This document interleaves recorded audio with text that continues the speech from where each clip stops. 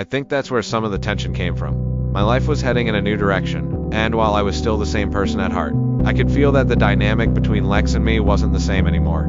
That realization hurt, because I genuinely wanted everyone who started with me to feel like they were growing too. As the project went on, I started to feel that weight even more.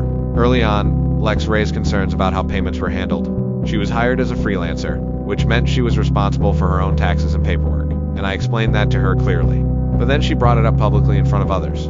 In that moment, I remember feeling this deep sting of embarrassment. It wasn't just about what she said, it was how she said it. And in front of people, I was trying so hard to lead with confidence. It made me feel small, like all the work I was doing behind the scenes, the sleepless nights, the sacrifices, didn't matter. The truth is, I did have money to pay the contractors, but choosing where to spend it was entirely up to me. I could have done a multitude of different things with that money, like flying all the way to New York City to see Wicked on Broadway, which had always been one of my dreams. Instead, I chose to pour everything into insert company name. That decision came with stress and anxiety I honestly wasn't prepared for. It's strange, you think achieving your dream will make everything feel lighter, but sometimes it just gives you heavier things to carry. I guess, in the end, I learned that old saying the hard way, you really can't have your cake and eat it too. That moment taught me one of my first real lessons in leadership. Sometimes being in charge means carrying emotions you don't get to show. Even when you're hurt or frustrated, you have to respond with calm and grace.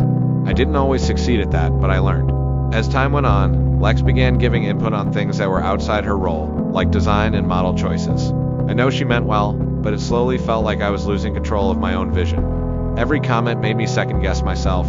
It wasn't anger I felt, it was more like confusion.